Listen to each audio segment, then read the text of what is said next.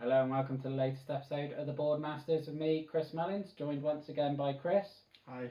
And today we will be giving our thoughts and opinions on Hogs of War, which we've obviously done some gameplay videos on, and they'll be available in the playlist if you want to check those out. But let's dive into the review, and as ever it will be on the 5 main categories that we always cover, so art style and theme, component quality, accessibility, replayability, and the gameplay. And so diving in on the theme, I guess for me, this is the ultimate nostalgia purchase. This is a game, it's a type of game I would never buy, but I adored the PS1 game, and so I literally bought it on an impulse just for that. So the theme is a massive win for me. Yeah, for me too. Similar to Chris, I played it on the PC back in the early noughties and really enjoyed it. It's a similar sort of game.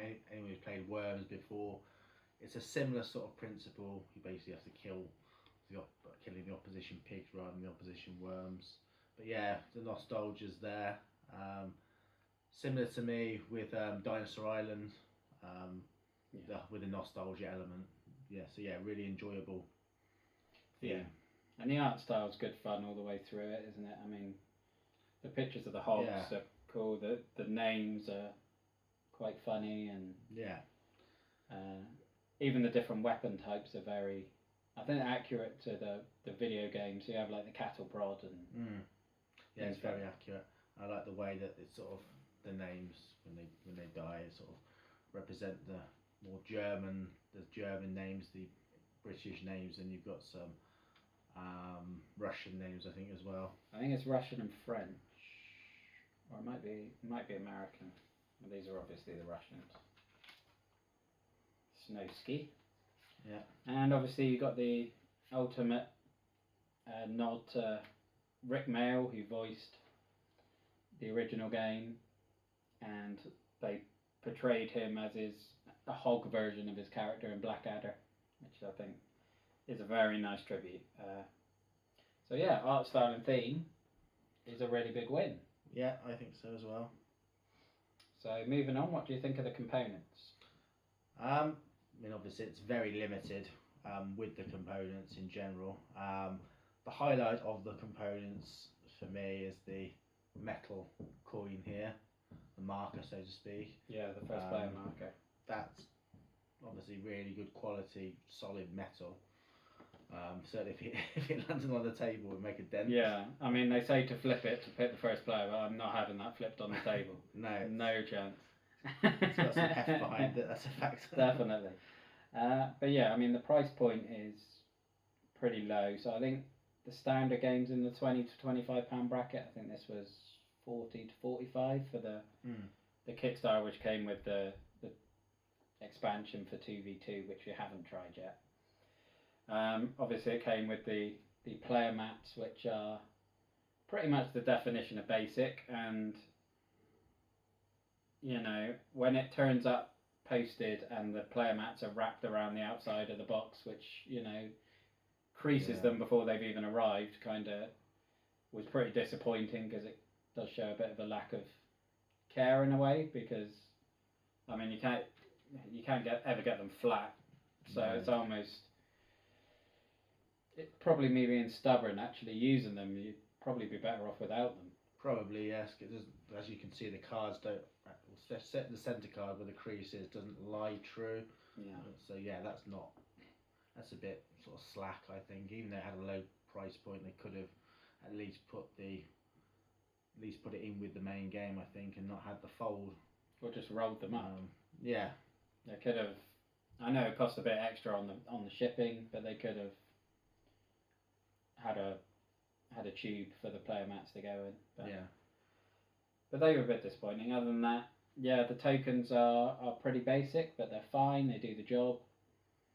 Yeah. I think what I really like is the little cartoon.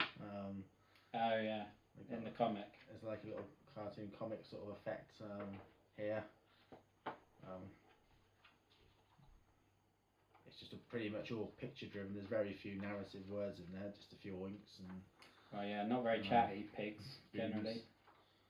But yeah, that's quite novel. Well, that's good I guess, fun, yeah. isn't it? Yeah. Again, I think that's only in the deluxe version. I don't think that's in the retail version. But yeah, you get what you pay for, I guess. It's not going to be up there with Destinies or something like that. No. They're much higher price points. Or with Too Many Bones. Yeah. Yeah, coming from Too Many Bones to Hogs of War was Yeah, I know, yeah. a bit of a departure, wasn't it? Okay, so accessibility. Well, obviously you were new to the game, so how was it learning it? I think it's very easy to learn. Certainly after the first playthrough, I was pretty confident with the game. Very easy setup. Takes literally probably minutes to set up. Yeah. It's very easy set up and put away. It's not very time consuming either. You can play a game of this within sort of 15-20 minutes.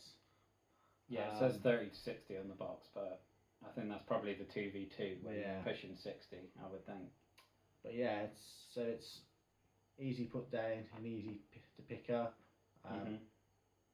Easy to sort of like get your teeth into, easy to learn. I think this is possibly a good gateway game, possibly for people again who are not really haven't had much experience in board games, or younger families as well. Yeah, if you want to get into the sort of skirmish genre, this probably is a very good gateway. We've already mentioned it's cheap, so there's no hurdle in that regard. I think that with the limited components make it easy as well as a gateway game. So yeah, all in all, I think the accessibility is very good. Although I don't know how easy it is to sort of buy the game. It's not widely available, I don't think. I know Zatu has it, and they're the main sort of site that I tend to buy my board games from. They had it for around £25, but I don't think it's not in mainstream retail as far as I'm aware. Yeah. So that's probably the one little hurdle to the accessibility of the game. That although it's cheap, it's maybe not the easiest to get hold of. But it just took a quick Google for it to come up as Zatu, so it's not exactly difficult to... It's not one you're going to have to rely on the second-hand market for, I don't think, anyway. Although I don't think there's many copies on that either, because I don't think... Well, it's not a quick Kickstarter game where thousands of people backed it. I think it was in the hundreds, so it's not like the second-hand market's going to be flooded. But in general, yeah, I would totally agree. I think it was pretty easy to teach. It's one of those that's easy to learn, hard to master. You need to, in terms of how the strategies go, and which cards are the strongest, and how to make use of different combos and things with because each hog has their own ability that you want to make use of whenever you can. Yeah, there's a good bit of strategy. Definitely. Involved, and obviously the pigs. Each hog has got its own unique attributes, as Chris said, and some of them are stronger than others, like the Father Hogmas there and the Lord Flash Hog. Yeah. They're like the 120s, whereas you've got the 90 Grunt, and the rest of them are all 100. I think a couple are 110. Well, the Pyrotechnic's 110. But yeah, I think it is overall a very high score on accessibility as well. In terms of replayability? Yeah, for me, I think having two sets in a sense, two sets of cards makes it quite replayable, and obviously they get randomly chosen as to where they go at the start of the game, and obviously because you're drawing cards, and it's quite a thick deck of cards. It's a massive deck. That's the biggest set of time is shuffling that bad boy. Yeah, it's a big old wedge of cards with a lot of different types of cards. So I think having, with the sheer quantity of the cards, that really opens the game out to being quite flexible, and there's a lot to sort of do with it, so to speak. I think the replayability in that sense is good. I think it's the standard for most board games, to be honest, in that if you like the core game, then you're going to get a lot of mileage out of it, because every game will be different, but it may not necessarily feel different. So as long as you enjoy that feeling, you can replay it for a while. I suppose the only issue is getting someone to play with regularly, because I don't think it's a game that would work if you've got two players of widely different familiarities with the game. If you've played the game a lot, you're you're going to win unless you get a terrible card draw. Yeah. But I think if you've got two people who have played it a lot and they know the strategies, it's going to make it even more replayable as it's getting really competitive and the games are decided on tight margins. Yeah, there's definitely a good replayability issue to it, you know, in general it's really good. But I think, and we'll probably go into this with the gameplay, but there are a couple of cards that are very OP. Yes. Should we say that if you get these cards, the likelihood of you winning massively increases, as I found out to my cost when we played. Yeah, definitely. Mind control device is definitely the one, because it basically costs your opponent a turn whilst giving you a free turn, and that sort of shift is massive. And I think if you wanted a really balanced game, I would recommend taking the mind control device cards out. Yeah, I think so too. I think that would definitely lead to a more balanced experience. But yeah, that leads us nicely into the gameplay.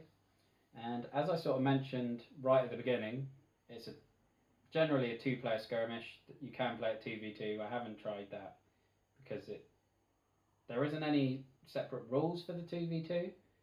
So, I'm not really sure how it works because it's done on range of how far hogs are away from you in terms of what weapons you can use. If you've got a hog here and you're fighting a hog over there that's 10 spaces away and your biggest weapon is 5, do you both have to spend 5 turns moving towards each other? And that's just going to be ultra tedious. I don't know how that would work. So I haven't had any inclination to try that. No, I don't know how it would work either. I suppose it could get quite tedious and confusing, because assumedly you'd have to nominate who you're going for, and if the player you wanted to go for was so far away that you couldn't do much damage, you'd be almost wasting your time trying to get that person. Yeah. Well, the highest range weapon in the box is 5, so if you're more than 5 away, neither of you can hit each other until you've all spent multiple moves getting closer to each other. And then the first person who gets in range has got a massive advantage straight away. I just don't know about that. But yeah, not my type of game at all. I actually tried to cancel the order because it was a proper impulse one. And like 2 weeks later, they sort of said, "Oh, we're getting ready to ship it." And I emailed them. I was like, "Can I cancel it? I don't think it's for me." And they're like, "Oh, it got posted this morning." Conveniently. But I'm actually glad I did now, because I have really enjoyed it. And it's been a real pleasant surprise for me, because it was good fun. Yeah, I kind of went in with an open mind, like I touched on at the start. That the nostalgia aspect of playing Hogs of War on the PC. So I kind of thought to myself, this could be something I might enjoy, depending how the gaming mechanics are going to work, and how much ultimately you play games because they're fun. So the fun factor is very important for me personally, and there's a lot of fun in this game, I think. Particularly if you do, like me, if you're old enough to remember the original games. So yeah, that's a big plus for me. The gameplay, it's fun and very enjoyable. Yeah, I mean, my main worry going in was that it would be the type of game where whoever lost the first hog would lose the game, because then in subsequent rounds the other team's got more attacks than you. How can you claw that back? And the first few games went that way for us, but then we had games where I killed the first one, then you killed 2 back, then I killed another 2, and it was swinging back and forth quite nicely, which alleviated my concerns on that, because depending on the luck of the draw, you will have that sort of game where you kill one and then it just becomes basically a procession till the end, which isn't the most enjoyable when that happens. But when you get those games where it's swinging back and forth, it's like quality tennis match in a way, then the game goes up a whole another level and is far more enjoyable. Mm. Yeah, I agree. It's definitely more enjoyable when it's like that. 'Cause, you know, in the early couple of games we played, I lost. You know, I think I lost 2 of Hogs, and Chris hadn't lost any at the time. When you start getting to that stage, it is an uphill battle. But if it's sort of back and forth, it is a lot more enjoyable, as Chris said. So yeah, that's a big plus. So I think that's pretty much everything covered, except for the final scores. What would you give it out of 10, Chris? I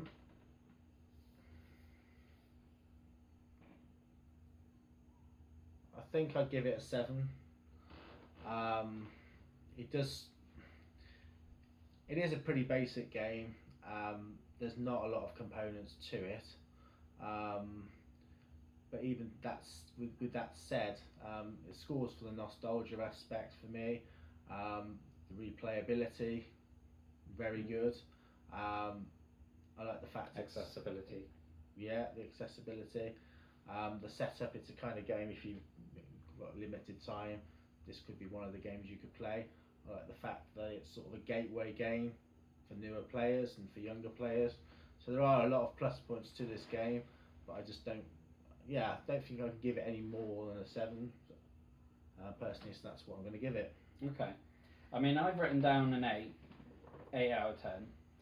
I think it's probably an 8 out of 10 when you get in one of those games that's competitive. Yeah. When you get one of those games, it is a very fun, exciting, tense game. But then when you get one of those games where it's just a landslide and one person loses their first hog and there's no way back and they just get swept away, then that is not fun for anyone, I don't think. I certainly don't like winning that way any more than I would like losing that way, I don't think.